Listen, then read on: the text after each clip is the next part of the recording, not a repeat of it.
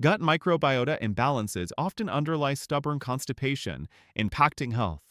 Dysbiosis, where harmful bacteria outnumber beneficial ones, disrupts digestion. This imbalance can lead to fatigue or skin problems, highlighting the gut's role.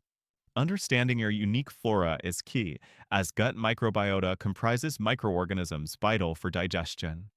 Fecal microbiota transplants have shown success, repopulating your gut with healthy microbes. SMT can improve stool consistency and reduce transit time.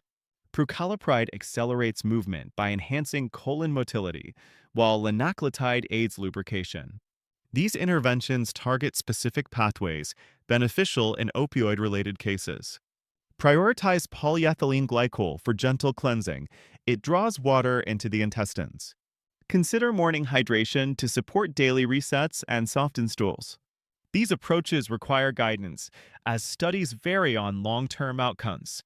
Embrace this knowledge to collaborate with experts for personalized care, ensuring the best path for your gut health.